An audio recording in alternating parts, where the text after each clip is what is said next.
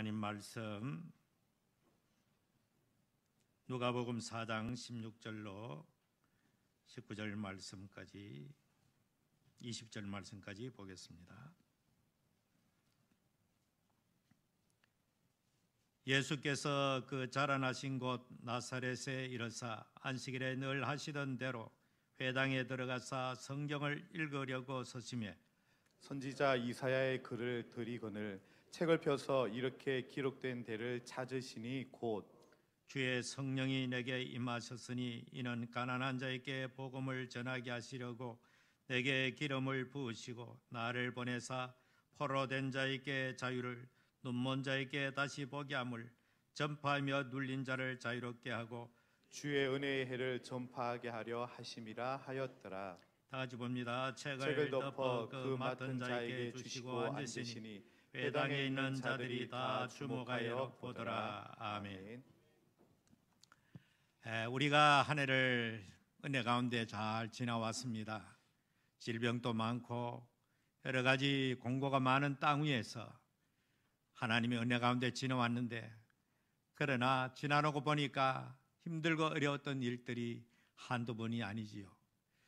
이렇게 힘들고 어려운 일들은 빨리 기억에서 지워지기를 다 바라고, 또 그런 지금 고난의 시기에 있다면 그 고난이 빨리 지나가기를 사람들은 다 갈망하고 있습니다.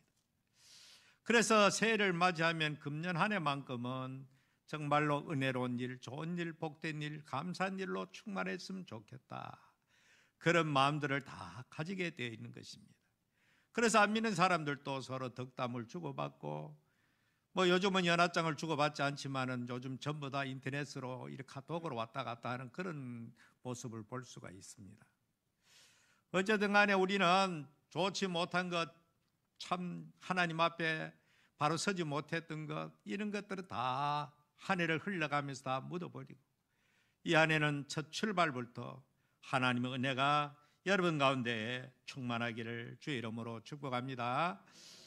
자, 그런데 옛날에 이스라엘 나라에는 이 희년이라는 제도가 있었습니다. 그 희년이라는 제도는 어떤 제도인가? 그것은 바로 하나님께서 이스라엘 백성들에게 이제 1회에 한 번씩 우리의 육신을 쉬게 하는 안식일을 허락해 주셨습니다. 그리고 또 7년마다 돌아오는 이 안식년 제도를 또한 주십니다. 그리고 안식년이 7번 지난 다음에, 그러니까 77이 49, 이 지난 다음 해를 바로 희년이라, 그래서 엄청난 행사가 대대적으로 펼쳐지게 되는 것입니다. 아시는 대로 안식일 하면 어떻게 합니까? 모든 일체의 노동을 멈추고 쉬게 되는, 그리고 안식년은 그 해는 정말 농사도 하지 아니하고 자연적으로, 예를 들어서 포도원에 포도가 이 일을 하지 않아도 열리게 될 것입니다. 그런 것들은 주인이 거두지 아니하고 가난한 사람과 나그네와 객들을 그것을 먹도록 하나님께서 그렇게 보장해 주신 것입니다. 그리고 땅도 역시 마찬가지로 한 해는 쉬는 그런 어떤 조치를 하나님께서 해 주신 것이죠. 그리고 이제 희년이 되면은 7월 대속제를 대해서 제사장들이 전국의 각지의 동네마다 다니면서 나팔을 붑니다. 이제 곧 희년이 되었으니까 여러분들은 이 한 해를 하나님 앞에 마음껏 자유함을 누리고 하나님을 찬양하며 경배하며 섬기는 그 해가 될 것을 이렇게 선포를 하는 거지요. 그 해가 되면 어떤 조치가 내려지냐? 이렇게 종되었던 사람은 종에서 해방이 되어집니다. 원래 하나님께서 이스라엘 나라를 가나안 땅에 정착할 때에 지파별로 땅을 분배해 주시고 집집마다 이렇게 적절한 땅과 가옥을 하나님께서 분배해 주셨습니다. 그러니까 이것은 각각 자기의 토지를 가지고 하나님을 섬기며 살도록 그렇게 하셨습니다.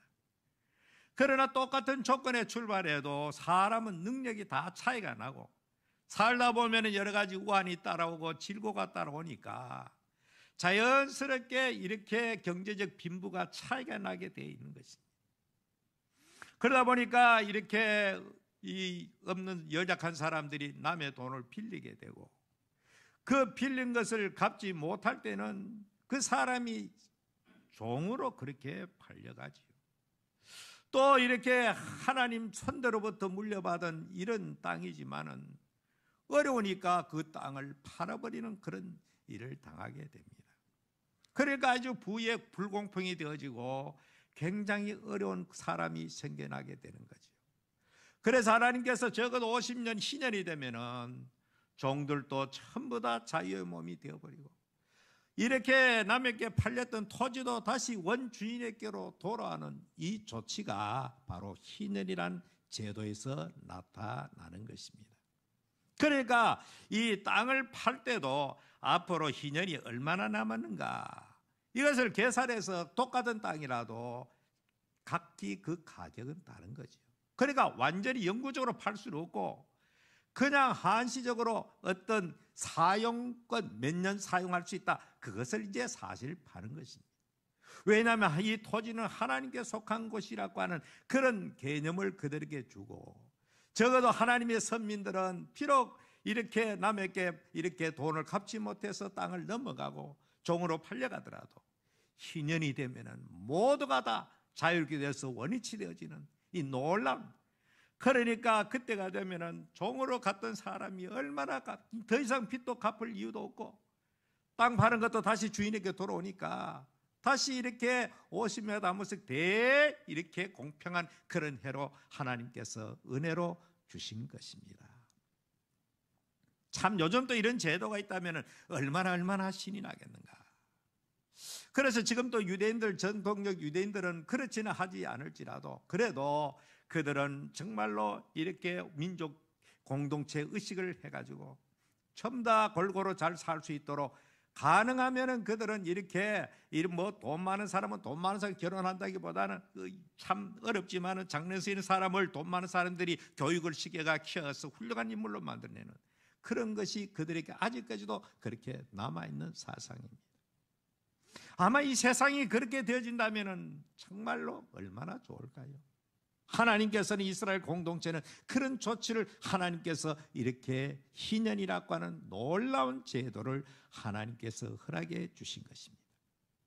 자, 그러면은 오늘 본문 말씀에 보면은 어떤 말씀이 나옵니까? 우리 예수님께서 요단강에서 세례를 받으시고 그리고 또 광야에서 40일간 금식하면서 마귀 사탄에게 시험을 받고 시험을 이기시고 그리고 이제는 자기의 출신지였던 나사렛으로 돌아왔습니다. 돌아와서 나사렛에 있는 회당을 방문하게 됩니다.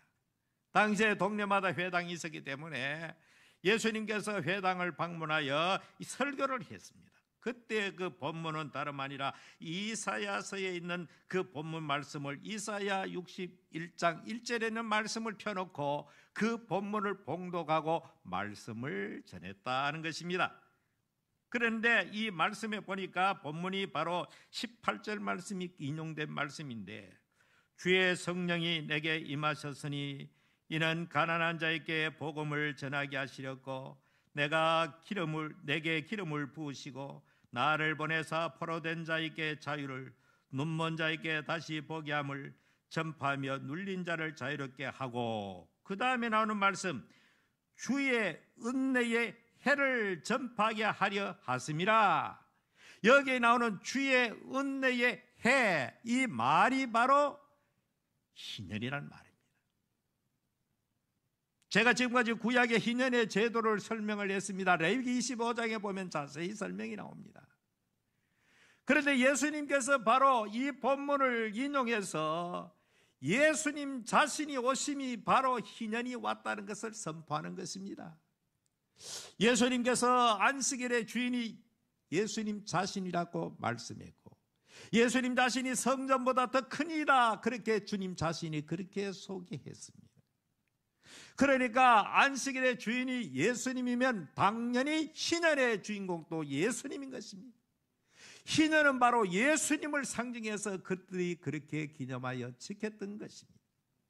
희년하면 모든 것이 다시 원대 복귀되고 해방이 되고 자유함을 누리듯이 예수님이 오심으로 말미암아 아담 이래로 인간들이 원수마귀 사탄에게 죄의 포로가 되어졌고 정말 눈이 있어도 제대로 보지 못하고 날마다 억눌려 있는 그 삶 속에서 예수님 오심으로 말미암아 이제 모든 것이 해방되어지고 놀라운 역사의 해가 일어났다는 것을 주님이 말씀하고 있는 것입니다. 그래서 주님께서 오늘 이 본문을 말씀하시고 바로 주의 은혜의 해를 전파하게 하려 하십니다. 사랑하는 성도 여러분, 금년 안에 비록 앞으로 어떤 일이 일어날지 알 수가 없지만 이 안에 적어도 우리가 예수님과 동행하면은 이 안에가 바로 우리의 희년이 되어지기를 주의 이름으로 축원합니다. 원수마귀는 오늘도 우리의 심령을 얽어매고 여러 가지 우리의 죄 문제, 여러 가지 문제를 가지고 우리를 갖다가 자유함을 박탈해 버립니다. 왜 인류가 자유함을 상실했습니까? 돈이 없어서 그런 것이 아닙니다. 인간은 근본적으로 하나님 앞에 범죄했기 때문에 범죄한 그 자체를 인간은 모든 것을 잃어버리고 자유를 상실하고 살아가게 되는 것입니다. 그 어떤 것으로도 사람이 그 심령의 자유를 되찾는 데는 인간의 힘으로는 절대적으로 불가능한 것입니다. 오늘 인간들은 죄의 사슬로 말미암아 묶여 있는 것입니다. 오늘 이 성경 말씀에 보니까 예수님께서 내게 성령이 내게 임하셨고 이것은 가난한 자에게 복음을 전하게 하려 하십니다. 복음이 바로 예수님 아니십니까? 그리고 이 복음이 전파되는 곳에 바로 어떤 일이 벌어지느냐, 포로된 자는 자유함을 얻으라. 만일에 우리 성도들 가운데서 지금 뭔가 모르게 내 심령을 얽어매 있는 여러 가지 모양으로 나를 자유케 하지 못하는 그 모든 얽어매임에서 그것이 바로 포로입니다. 우리가 남의 나라 일본에게 과거에는 그런 삶을 살았지만은 우리는 가장 본질적인 죄의 포로 생활을 하고 있다면 날마다 예수님과 동행함으로 금년에는 진정으로 참된 자유함이 있는 귀한 신앙생활 하기를 주의 이름으로 축원합니다. 많은 기독교인들이 교회를 나오면서 예수를 믿는다고 하면서 여전히 아직까지 죄에서 자유함을 얻지 못하고 율법으로부터 자유함을 얻지 못하는 상태에 놓이는 사람이 너무너무나 많다는 안타까운 사실입니다. 여러분, 죄가 죄로 성립되기 위해서는 반드시 법이 뒷받침이 되어야 됩니다. 죄는 반드시 법에 의해서 그것이 적용되어지고 판결을 받게 되어 있습니다. 하나님께서 모든 인간들이 죄를 지었지만은 만일에 하나님의 법이 없다면 인간은 그것이 죄로 알지 못하게 될 것이지만은 하나님께서 율법이라고 하는 지엄한 법을 하나님께서 제정하셨습니다. 그래서 율법을 통해서 비춰보니까 그 누구도 하나님 앞에 의롭게 될 사람이 단 한 사람도 없다는 것을 하나님이 깨우쳐 주신 것입니다. 그래서 율법으로는 전부 다 죄인일 수밖에 없고 율법으로부터는 다 정죄함을 받을 수밖에 없지만은 이 정죄함과 심판에서 벗어날 유일한 길은 하나님의 또 다른 은혜의 법이 적용될 때만이 비로소 우리는 죄로부터 율법으로부터 자유함을 얻게 되니 우리를 자유케 하시는 분은 바로 하나님 아들 예수 그리스도가 이 세상에 오셔서 저와 여러분의 죄를 담당하여 십자가에 죽으심으로 말미암아 이 사실을 제대로 받아들이고 믿음으로 살아가는 자에게는 더 이상 결단코 정죄함이 없나니 금년 안에 여러분의 심령의 원수 마귀가 참수할 때마다 십자가를 내세우면서 그 모든 사탄의 모든 괴계로부터 자유함을 얻는 여러분 되시기를 바랍니다.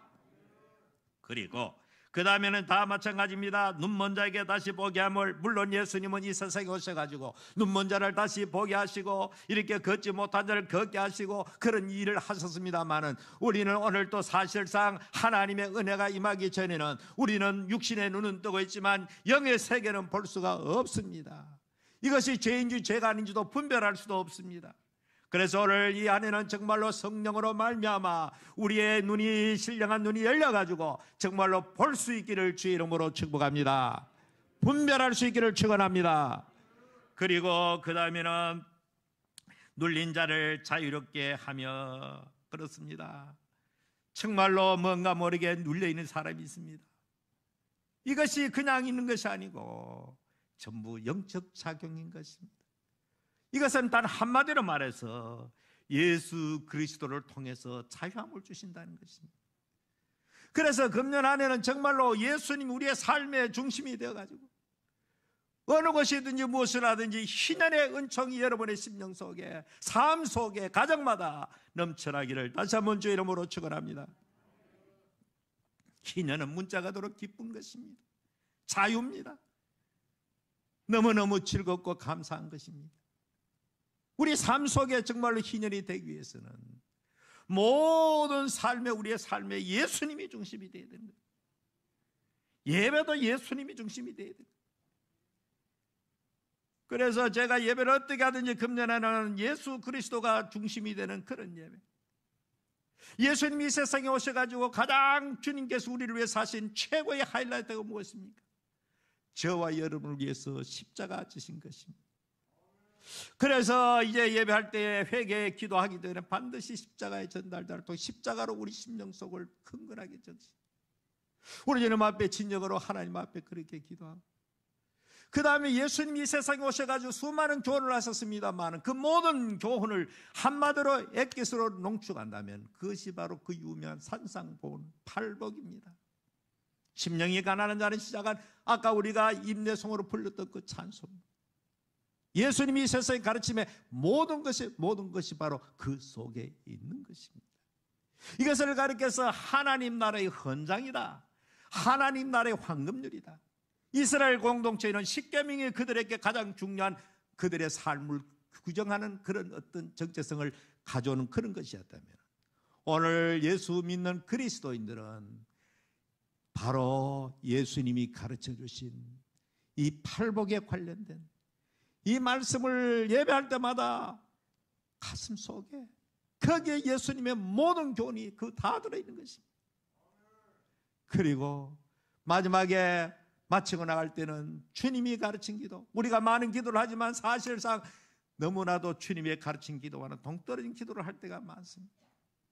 정말로 주님 가르친 기도로서 찬송하면서 진정으로 주님의 나라가 우리 가운데, 우리 삶 속에 패를 하고 돌아간 다음에도 우리의 일주일간의 삶 속에 주의 나라가 임하는 그런 귀한 삶을 살기 위해서 이 컨셉으로 제가 예배를 구성했습니다. 일체 어떻게 하든지 간에 예배를 주님 중심으로, 예수님 중심으로, 금년 안에 정말 우리의 예배뿐만 아니고 모든 일에, 모든 삶 속에 예수님을 높이고 예수님을 앞세우고 예수님과 동행하면은 자연스럽게 우리의 심령에 희년의 놀라운 역사가 임하게 될 것입니다. 희년이 임하면은 감사가 넘쳐나게 될 것이고 모든 우울함에서 자유함을 얻게 될 것입니다. 기쁨과 평안이 넘쳐나게 될 것입니다. 사람이 여러 가지 이런 것 저런 것 다 갖추었지라도 마음에 참된 자유와 평강이 없다면 그야말로 그것은 생지옥인 거지.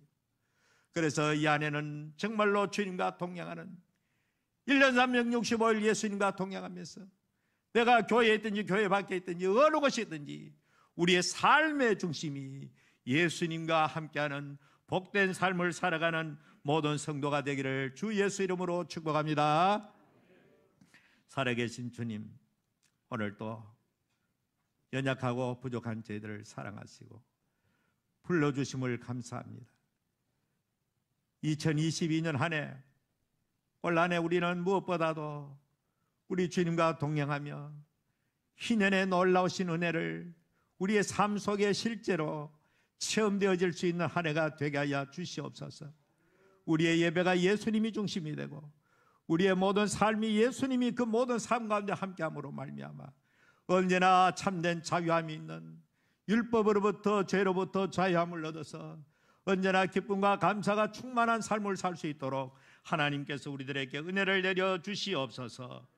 예수님 이름으로 기도하옵나이다. 아멘.